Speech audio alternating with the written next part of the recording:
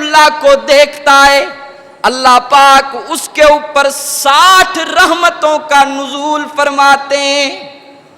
کتنی رحمتوں کا بھائی؟ صرف دیکھنے سے۔ آگے چلیے، میرے آقا نے فرمایا جو بندہ بیت اللہ کے اندر داخل ہو کر کے نماز پڑھتا ہے اللہ اس پر 40 رحمتوں کی برسات فرماتے ہیں۔ پھر فرمایا کہ او بندے، اگر تو بیت اللہ کا طواف بھی نہیں کر سکتا، بیت اللہ کے اندر داخل بھی نہیں ہو سکتا، جا کر کے کونے میں بیٹھ گیا ہے یہ عاشق، یوں ٹکٹکی باندھ کر کے کالے غلاف پر نظر جما کر کے بیٹھ گیا ہے۔ عرشوں سے آواز آئی کالے غلاف پر نظر جمانا تیرا کام ہوگا، تیرے گناہوں کو معاف کر دینا اللہ کا کام ہوگا۔ اب بندہ صحن حرم میں پہنچ گیا، بیت اللہ کا طواف کر رہا ہے۔ طواف کرتے کرتے بیت اللہ کا ایک پرنالہ ہے جسے میزاب رحمت کہتے ہیں۔ توجہ رہے گی، پوری توجہ رہے گی، انشاءاللہ میں آج آپ کا ایمان تازہ کروں گا۔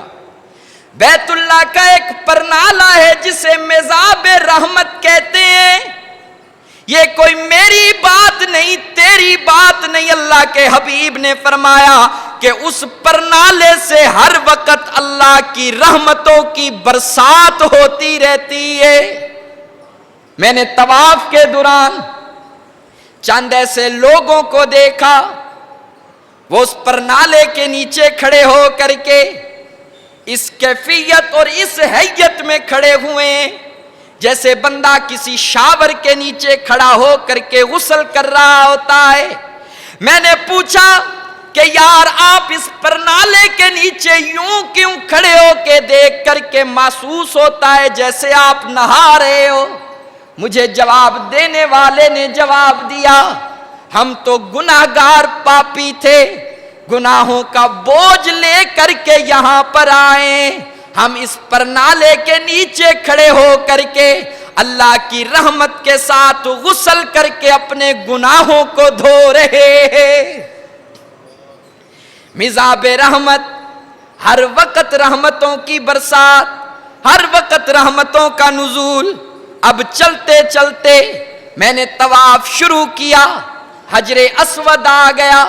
کیا آیا بھائی؟ بلند آواز سے کیا آیا؟ حجر اسود آ گیا۔ اللہ کے حبیب نے فرمایا کہ اس کا اصل نام حجر ابیض ہے۔ ابیض کا معنی سفید۔ جب یہ پتھر جنت سے آیا بالکل سفید تھا، سفید دودھ کی طرح یہ پتھر تھا، اور جب کوئی گناہگار جا کر کے حجر اسود کا بوسہ لیتا ہے، یہ بوسہ لینے والے کے گناہوں کو چوس لیتا ہے۔ علماء لکھتے ہیں یہ پتھر سفید تھا، گناہوں کو چوس چوس کر کے اس کا رنگ سیاہ ہو گیا ہے۔ آگے آپ کا ایمان تازہ کرنے لگا ہوں، اللہ کے حبیب نے فرمایا کہ یہ حجر اسود قیامت کے دن اللہ اسے ایک شکل عطا فرمائے گا، ایک صورت عطا فرمائے گا۔ وَلَهُ عَيْنَانِ يُبْصِرُ بِهَا وَلِسَانٌ يَنْطِقُ بِهِ، وَيَشْخیں عطا کرے گا، قوت گویائی عطا کرے گا۔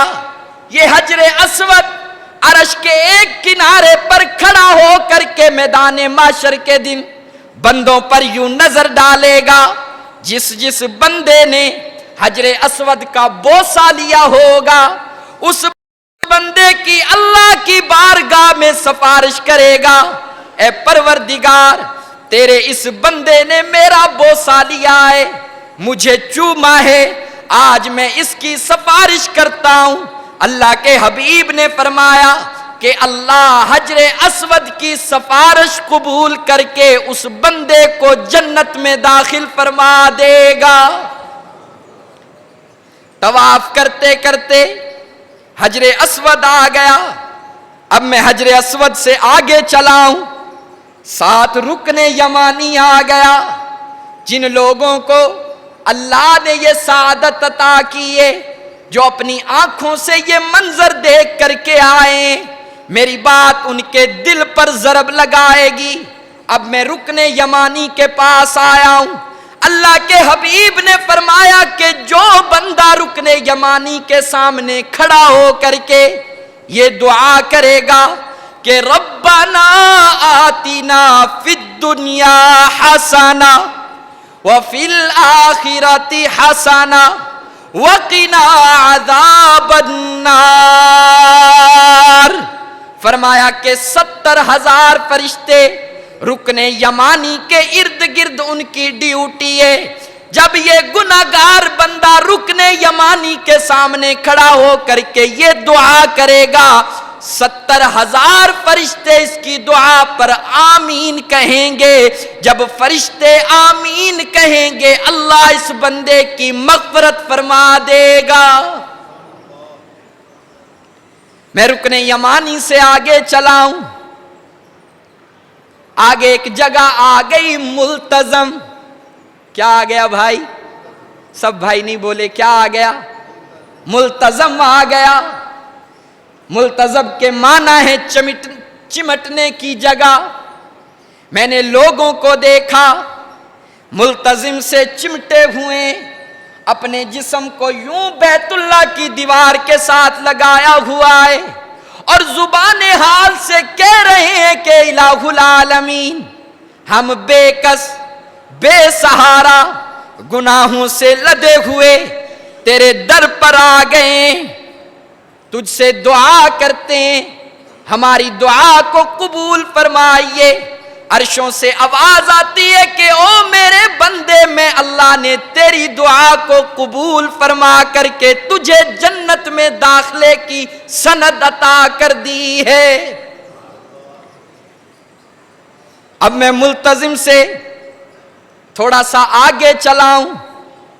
زمزم کا کنواں آ گیا. کیا آ گیا بھائی؟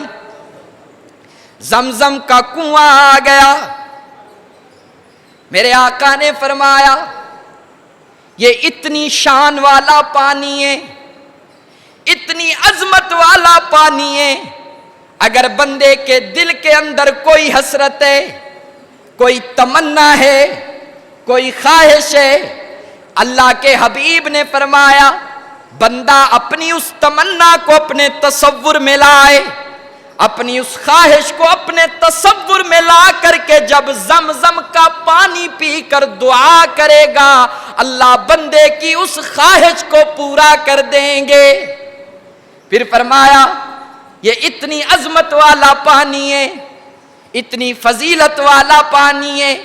فرمایا کہ بندہ کسی بیماری کے اندر مبتلا ہے, جسم کو کوئی مرض لاحق ہو گیا ہے, اب جا کر کے اس نے یوں ایک کاسا زمزم کا بھرا ہے اور اللہ سے دعا کی ہے کہ یا اللہ اس زمزم کی برکت سے میری بیماری کو دور کر دے. دعا بھی کر لی اور تھوڑا سا پانی اپنے جسم پر مل لیا. اللہ کے حبیب نے فرمایا کہ اللہ اس کی برکت سے اس کی بیماریوں کو دور کر دیں گے. کسی پنجابی شاعر نے کیا خوب کہا کہ اے شربت سندل کس کم دائے, پانی پین والا زمزم دائے. کہہ دو یار سبحان اللہ, کہہ دو سبحان اللہ. اے شربت سندل کس کم دائے, پانی پین والا زمزم دائے. میرا طواف پورا ہو گیا. اب میں نے